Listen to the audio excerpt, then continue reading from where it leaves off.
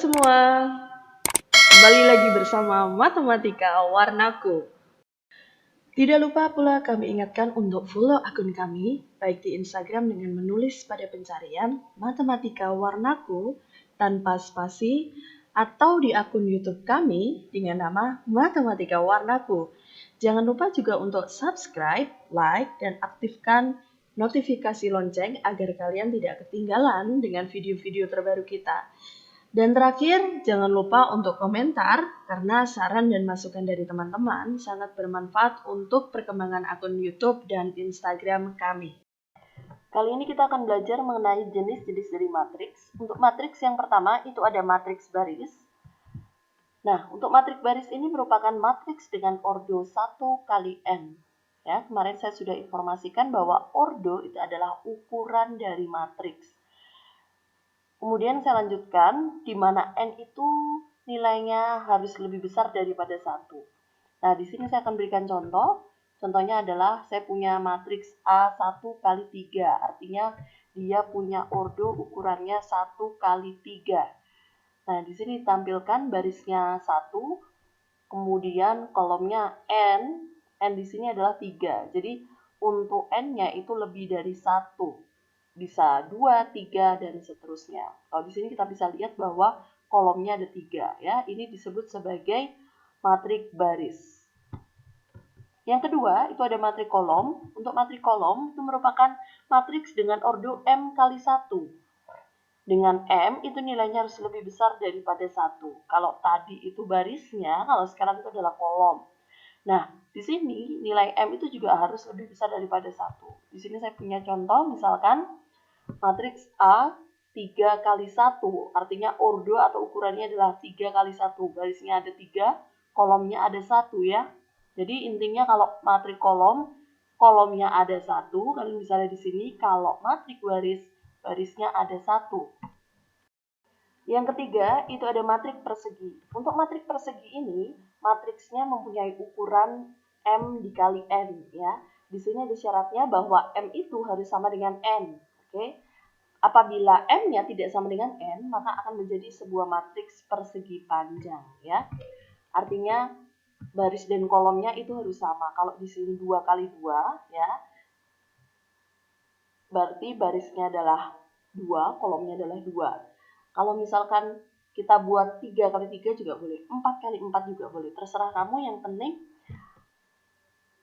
untuk baris dan kolomnya itu harus sama.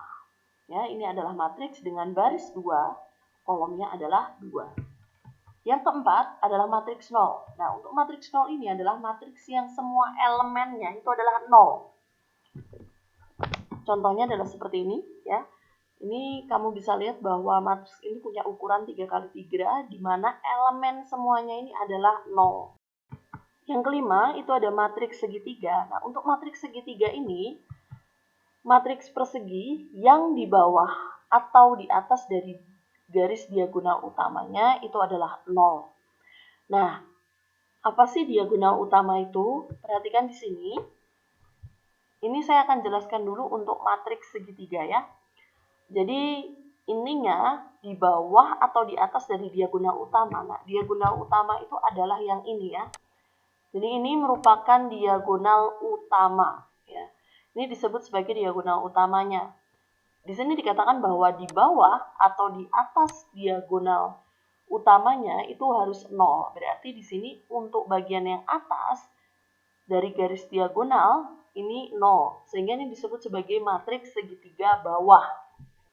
Kalau di bawah diagonal utamanya itu elemennya semuanya itu adalah 0, ini saya tandai, ini disebut sebagai matriks segitiga atas. Lanjut. Yang keenam, itu ada matriks diagonal. Untuk matriks diagonal ini merupakan matriks persegi ya, karena namanya matriks persegi artinya ordonya itu harus sama.